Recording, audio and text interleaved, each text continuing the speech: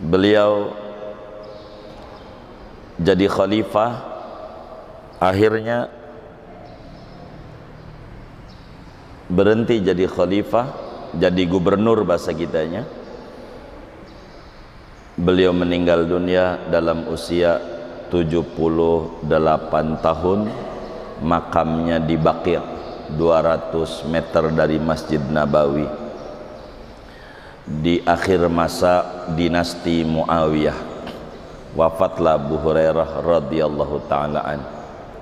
Kembali, hadis yang beliau riwayatkan kepada umat ini tercatat dalam berbagai kitab hadis, 5.374 hadis. Salah satunya kata beliau, dan ini menjadi hadis pertama di dalam Bulughul Maram, kata beliau, qala Rasulullah sallallahu alaihi wasallam fil bahri. Rasulullah bersabda tentang hukum air laut. Ini tentang hukum air laut bukan kalam Nabi, tapi kalamnya Abu Hurairah. Abu Hurairah bilang Nabi berbicara tentang bahar. Bahar itu dalam definisi bahasa Arab artinya al-ma'ul katsir, air banyak. Tidak mesti rasanya asin. Kayak air kali juga dalam bahasa Arab disebut bahar. Ini definisi di dalam bahasa Arab. Kalimat bahar itu tidak mesti artinya laut, tapi lebih universal, air banyak. Al-Quran bicara itu, marajal bahraini yaltaqiyan, bainahuma barzakhun la yabghin. Ada hadza bahrani, hadza adbun furatun, wa hadza min hunujaj. B sebelumnya bahrani, marajal bahrani, hadza azbun furatun wa hadza min hujaj. Ada dua lautan, yang satu asin, yang satu tidak asin. Artinya bahar dalam bahasa Arab artinya air banyak. Air banyak.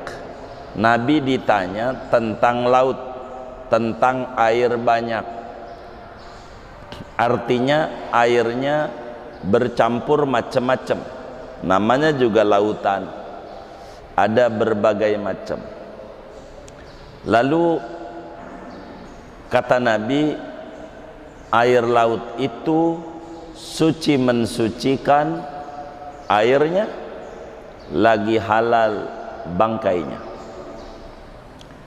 Hadis ini saudara yang meriwayatkan banyak ulama.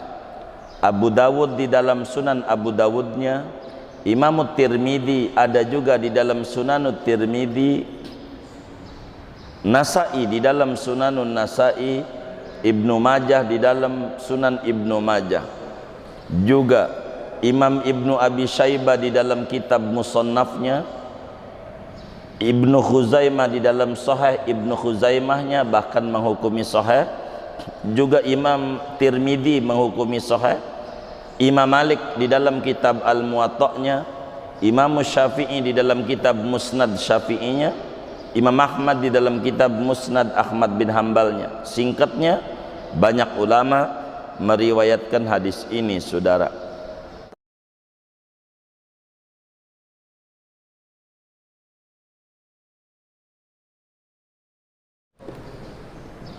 Assalamualaikum warahmatullahi wabarakatuh.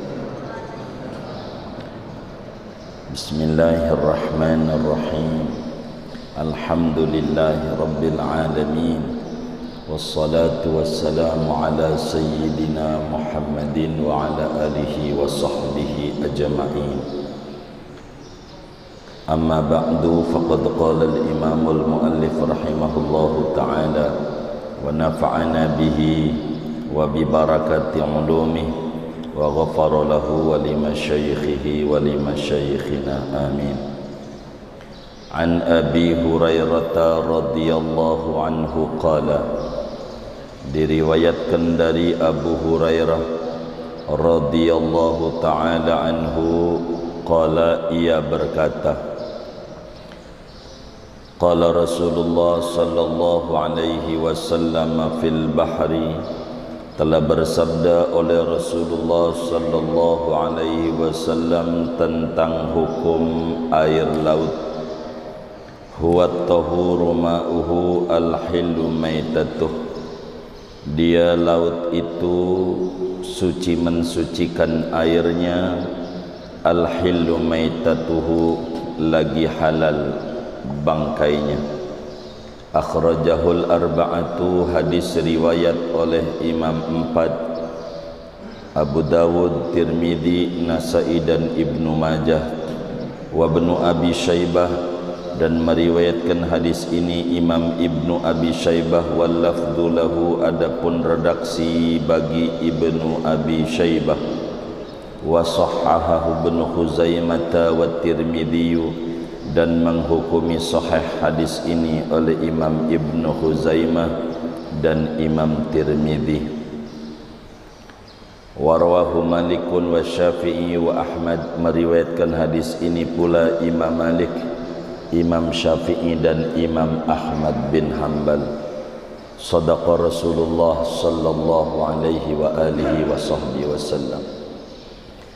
Saudara-saudara sekalian yang mulia, pertemuan ini kita akan memasuki hadis pertama dari 1500-an hadis yang ada di dalam kitab Bulughul Maram fi Adillatil Ahkam.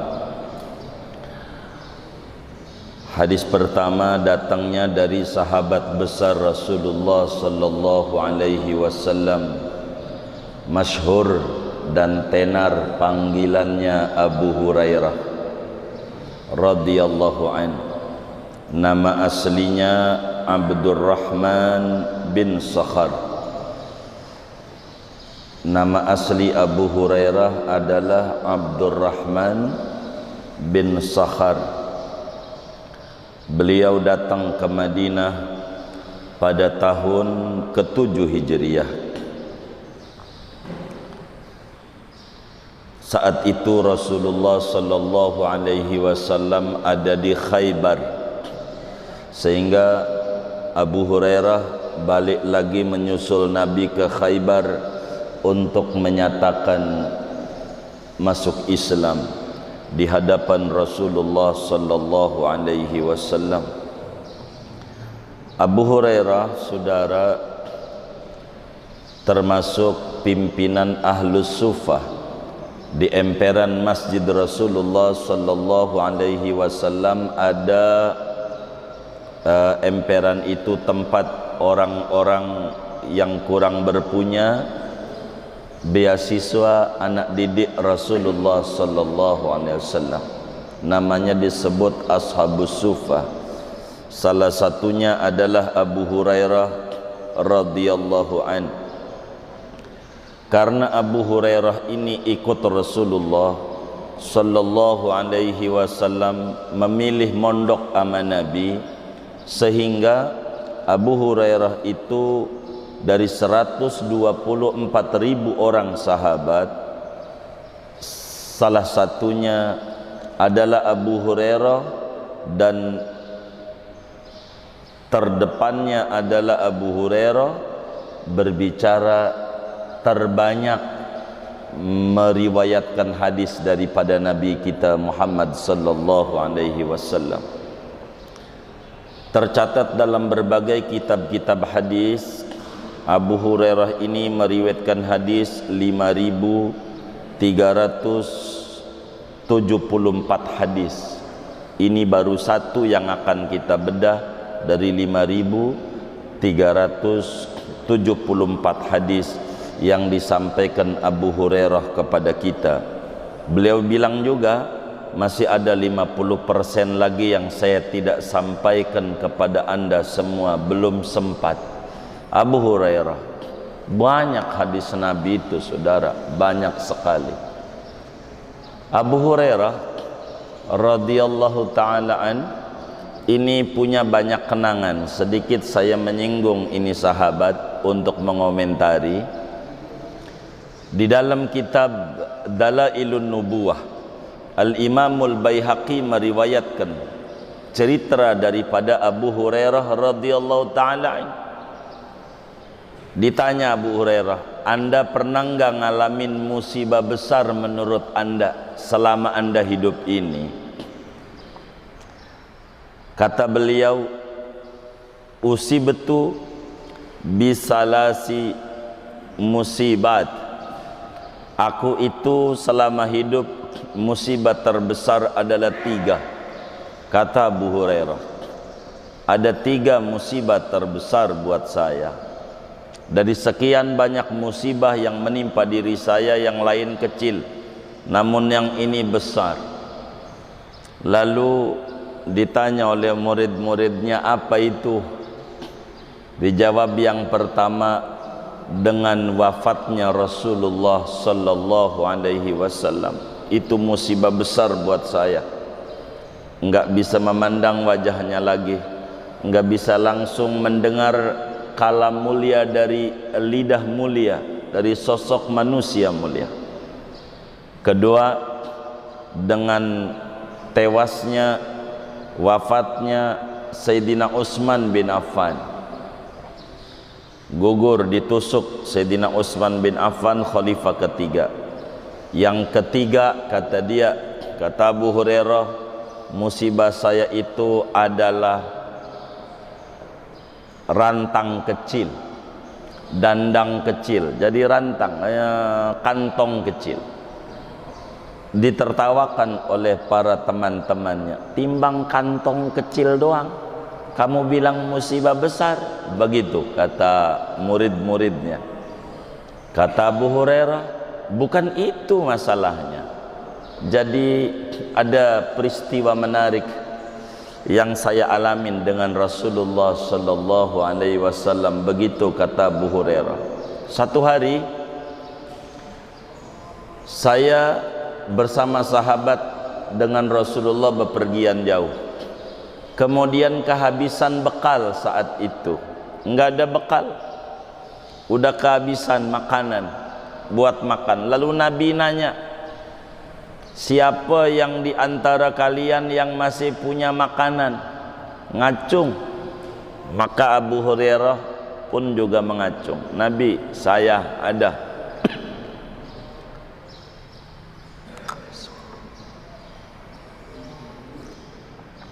Ada kurma 20 butir. Masih ada nih di kantong nih. Kata Nabi,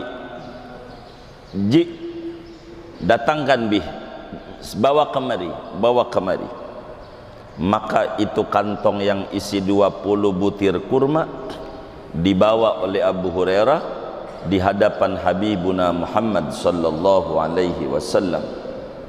Lalu saudara, sama Nabi ini didoa-doain per butirnya. Satu butir didoain sama Nabi. Dikeluarin semua, masukin dalam kantong. Ini kantong, masuk.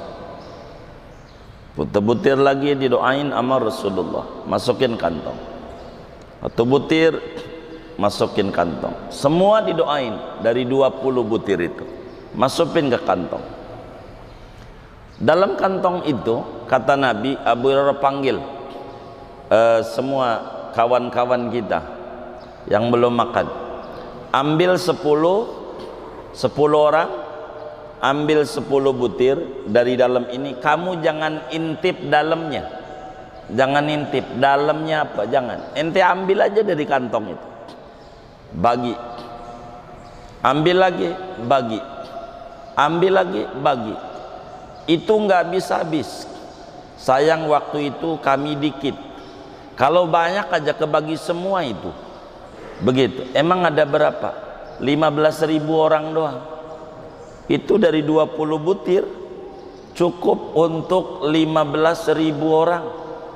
Satu orang 10 kali 15.000, udah banyak dah, ngitungnya bingung.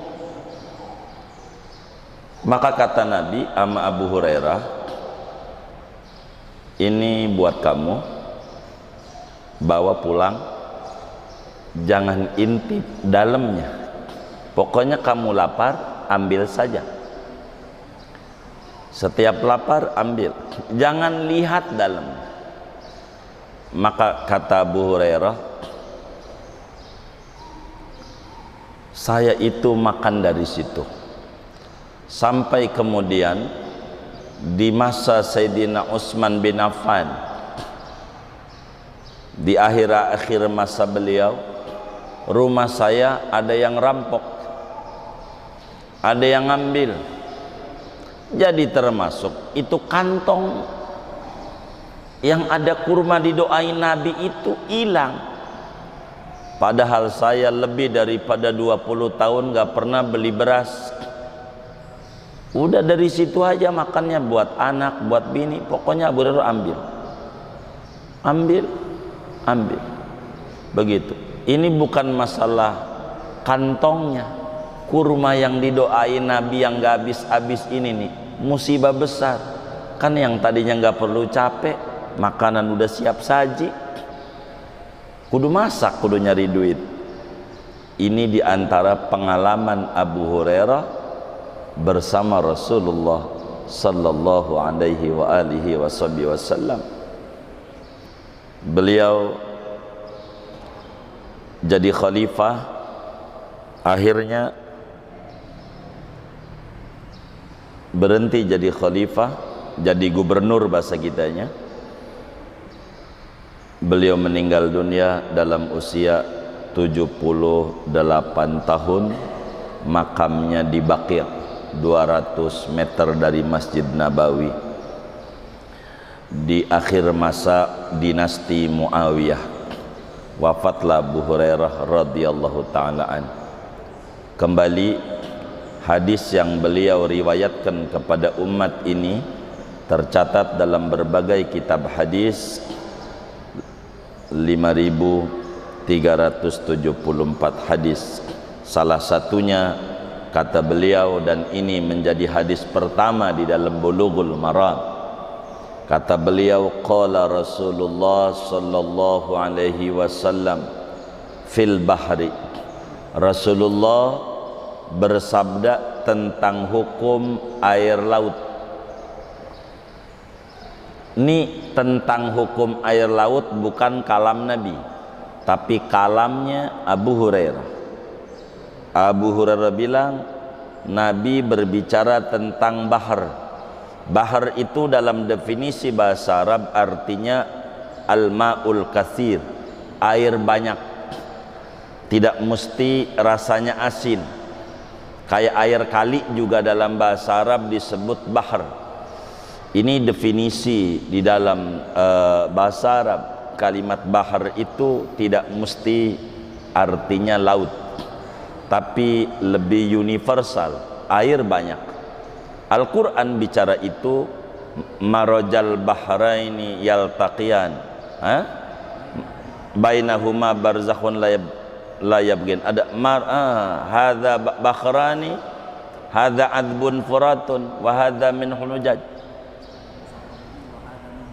B sebelumnya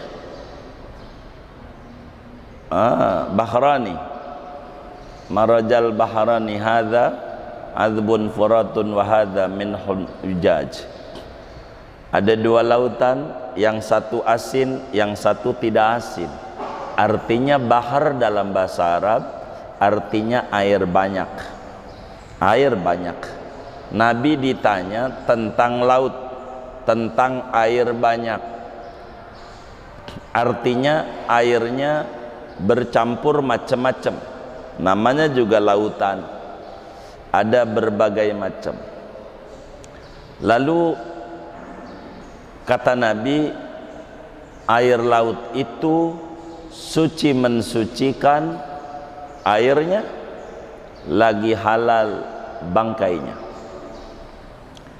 Hadis ini saudara yang meriwayatkan banyak ulama.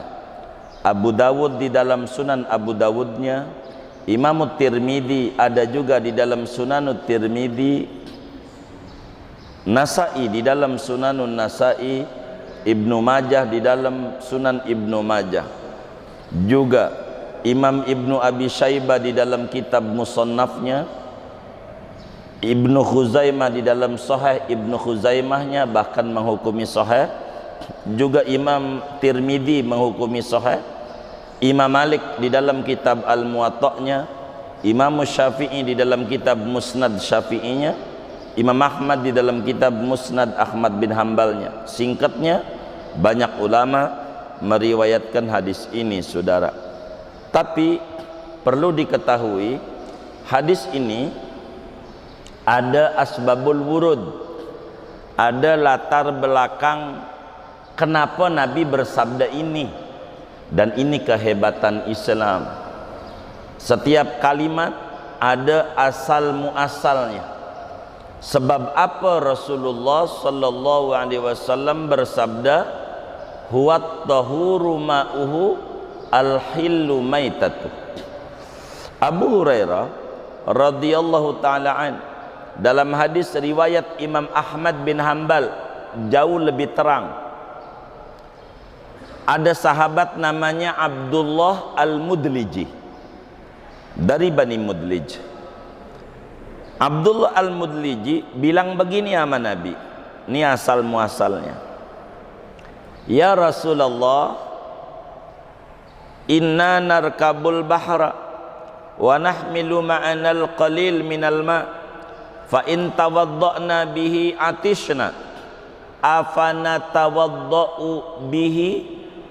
Faqala sallallahu alaihi wasallam huwa tahuru ma'uhu al-hillu maitatuh.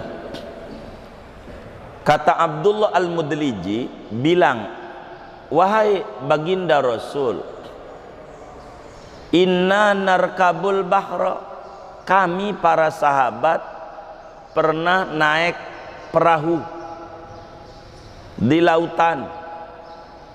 Jadi di sini dijelaskan tentang hukum naik perahu, naik kapal feri, naik kapal terbang. Dari sini hukumnya boleh. Nabi nggak protes sama sahabat bilang kami naik perahu. Itu menunjukkan naik kapal laut hukumnya boleh saja. Naik kapal terbang dalam Islam hukumnya boleh saja. Lalu bagaimana dengan ada hadis naha Rasulullah sallallahu alaihi wasallam an rukubil bahri? Ada hadis yang lain Rasulullah melarang daripada naik kapal laut. Bagaimana ini hadis ini? Maka ulama menjawab, setelah diteliti hadis itu dhaif tentang larangan naik kapal laut.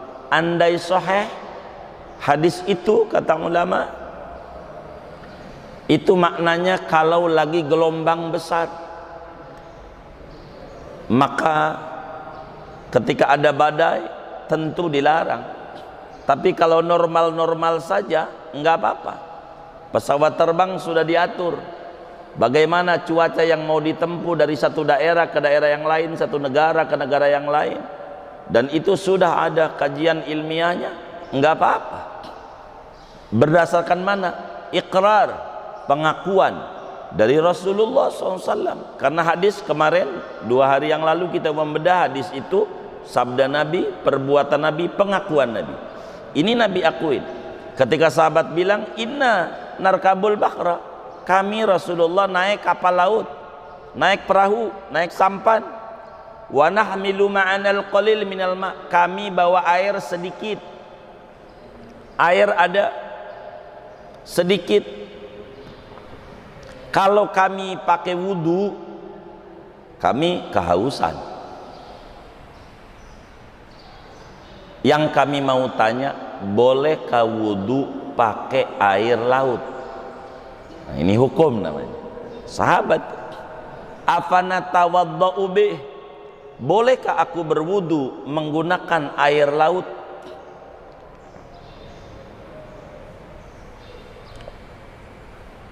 Maka dijawab oleh Nabi, ini jawabannya, huwat tahuru ma'uhu al-hillu maitatuh. Air laut itu suci mensucikan airnya. suci mensucikan airnya. Ini namanya disebut uslub hakim, jawaban yang sangat luar biasa daripada Rasulullah sallallahu alaihi wasallam. Di dalam ilmu kesusastraan tidak pantas bagi seorang sastrawan kalimat yang mesti panjang lalu kemudian dipendekkan. Ini kan ditanya Nabi, ya Rasulullah, kami naik kapal laut, air kami sedikit, persediaannya tinggal dikit. Kalau kami pakai wudhu, nanti kami nggak ada minum, kami mati kehausan.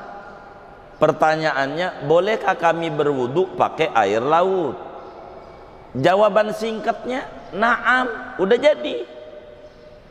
Jawaban singkatnya, na'am, boleh, ya, itu udah jadi. Tapi Nabi tidak menjawab ya, yes, enggak.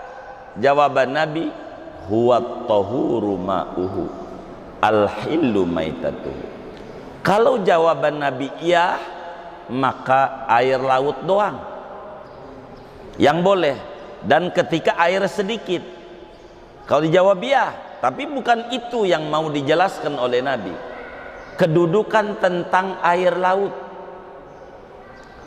maukah dia air itu sedikit yang kita buat minum, maukah air itu banyak yang buat kita minum? Maka kata Nabi, pokoknya air laut adalah air suci, mensucikan. Boleh dipakai wudhu, boleh dipakai mandi besar, boleh dipakai menghilangkan najis. Ini jawaban yang luar biasa dari Nabi. Dan hadis ini yang diambil oleh Imam Ibnu Hajar Al-Asqalani dari Ibnu Abi Syaibah, yang enggak pakai kalimat inna narkabul bahra, langsung jawaban Nabi, huwa tahuru ma'uh. Air laut itu air yang suci, mensucikan. Dari sini saudara, inilah hebatnya ulama-ulama Islam. Ketika sahabat bilang kami pergi naik kapal laut, airnya dikit, dipakai wudhu, habis, nanti kami kehausan, boleh nggak kami wudhu pakai air laut? Ulama membaca kalamnya Rasulullah, kejadian Rasulullah bersama sahabat, memunculkan hukum, ditulis di dalam berbagai kitab ulama. Di Al-Majmu' Imam Nawawi, di Kasyifatus saja Syekh Nawawi Al-Bantani tulis, Kifayatul Akhyar, dan banyak. Apa kata ulama? Lau kana ma'ahu ma'un, lau kana ma'ahu ma'un walakin ikhtaja ila syurbi min dhalikal ma'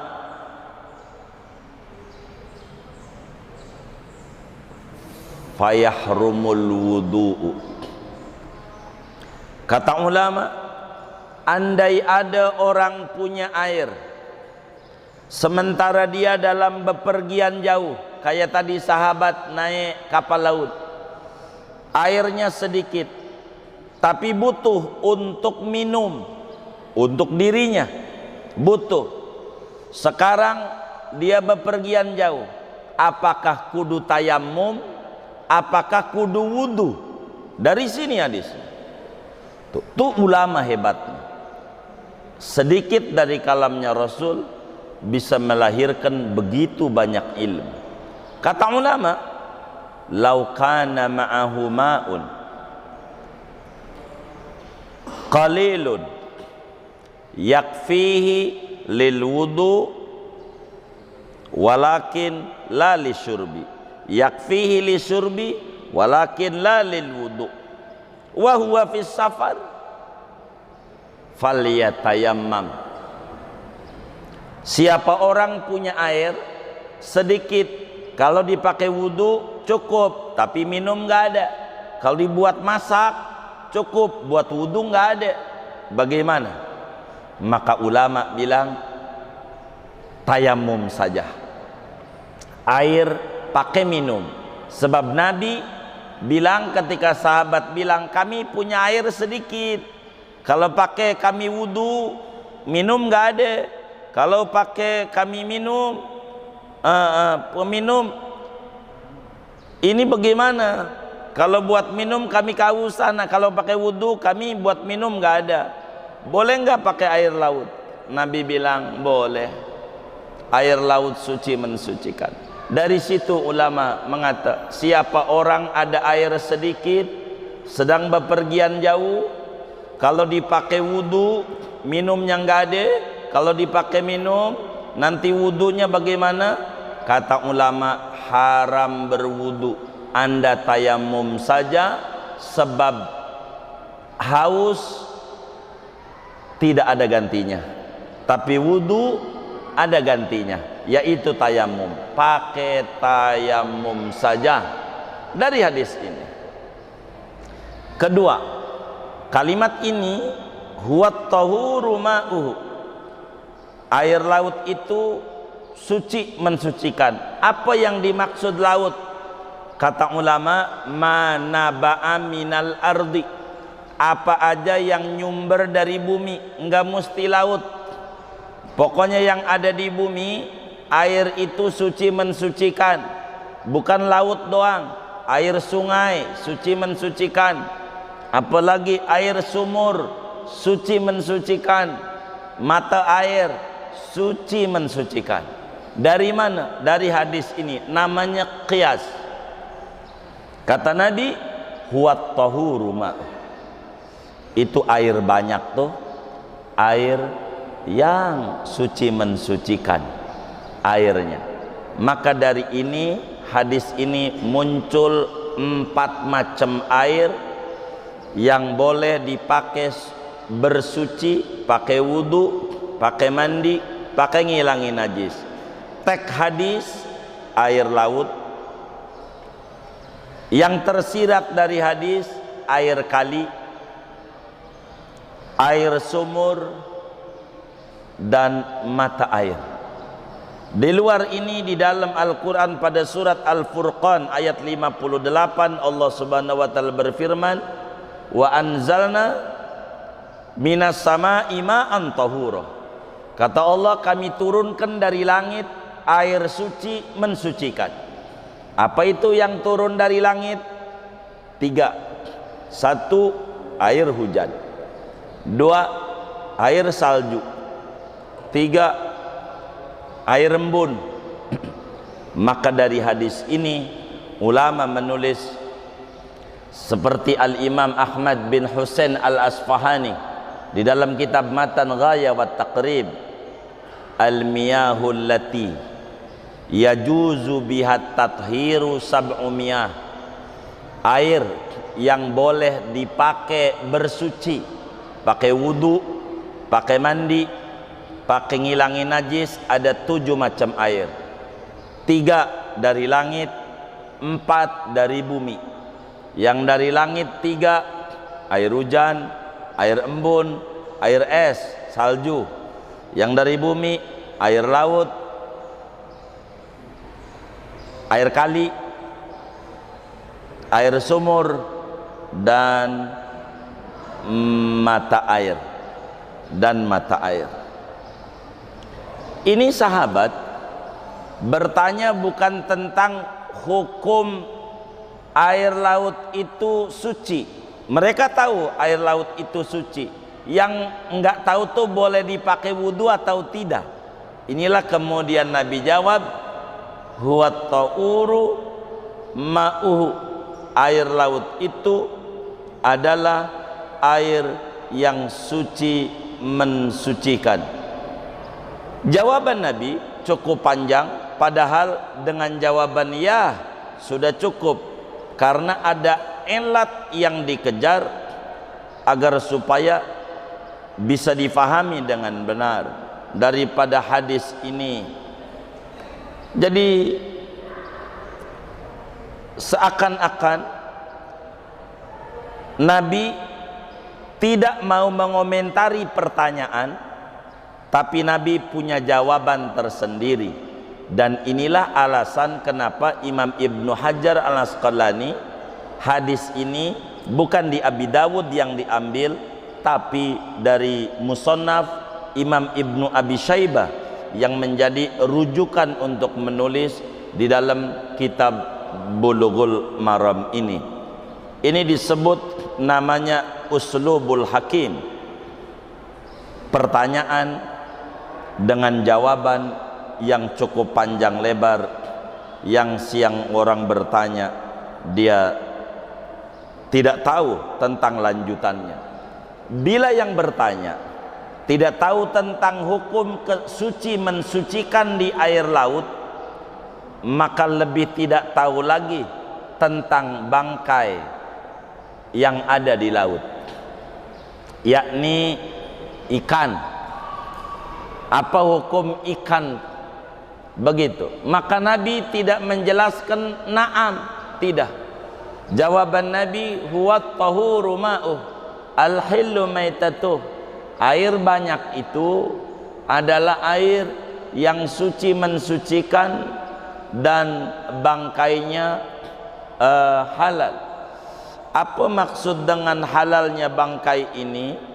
Jadi segala apa yang ada di laut daripada binatang laut dan hidupnya di laut saja, maka hukumnya enggak perlu disembelih, bangkainya halal.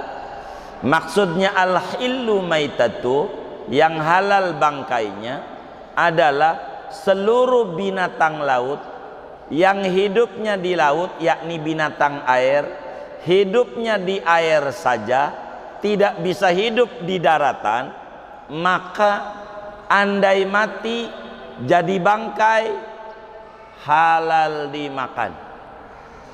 Kayaknya dilihat dari mukanya makannya bangkai ikan ini ya, makannya bangkai ikan. Halal kata Nabi, al-hillu maitatu, makan bangkai ikan enggak apa-apa. Ikan walaupun bentuknya macam-macam, kayak bentuk, mohon maaf, rupa anjing kayak, tapi binatang laut halal. Hewan laut enggak apa-apa. Bagaimana kalau yang hidup di darat juga, di air juga? Kalau ini beda. Karena ini Nabi jawab daripada ayat Al-Quran, uhilla lakum saydul bahri wa ta'amu. Dihalalkan bagi kalian saydul bahri, apa yang kita jala, apa yang kita pancing, kita ambil dari laut, upaya kita. Wa ta'amu, kata ulama tafsir, maknanya apa aja yang dilemparkan oleh laut udah mati, ikan udah mati, itu juga halal. Halal. Ini di dalam madhab Syafi'i, madhab Maliki, dan madhab Hambali. Adapun madhab Abu Hanifah berbicara al-hillu maitatu, ada pengecualian.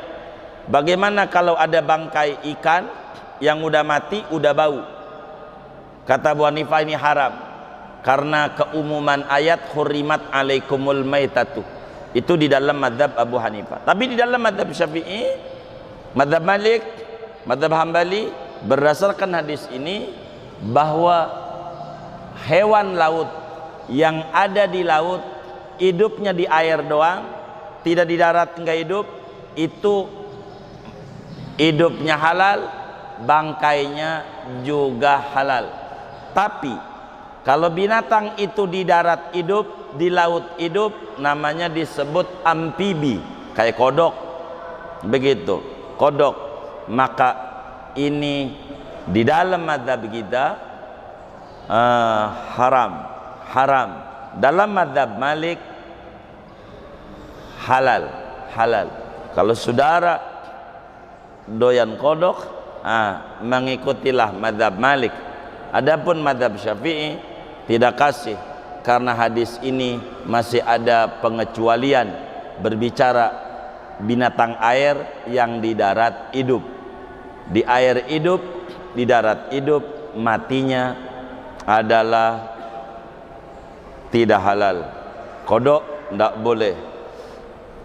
Kenapa Nabi menyatakan al-hilu maitatuh? Yang halal bangkainya, bangkai lautan, maknanya bangkai air. Bukan maknanya ada kambing mati terbawa air lalu ente goreng karena halal bangkainya. Bukan itu maksudnya. Bangkai binatang laut, bukan binatang darat yang hanyut terbawa air lalu kemudian Anda makan. Ada kebo mati terbawa kali pesanggerahan, ambil aja. Nah, ini tidak boleh, tetap haram hukumnya. Maka dari hadis ini saudara bisa kita ambil bahwa segala apa yang bersumber dari bumi airnya suci mensucikan. Air laut, air kali, air sumur dan mata air. Dari Al-Quran 3, air hujan, air salju dan embun. Ada 7 macam air yang bisa dipakai wudhu, dipakai mandi, dan bisa dipakai ngilangin najis. Dari hadis ini pula kita bisa dapat pahami bahwa binatang yang hidup di air tanpa perlu disembelih secara syar'i, semacam ikan, itu adalah halal hukumnya, biar kata jadi bangkai. Kecuali yang amfibi kayak kodok, hidupnya di 2 alam, ini hukumnya adalah haram di dalam mazhab.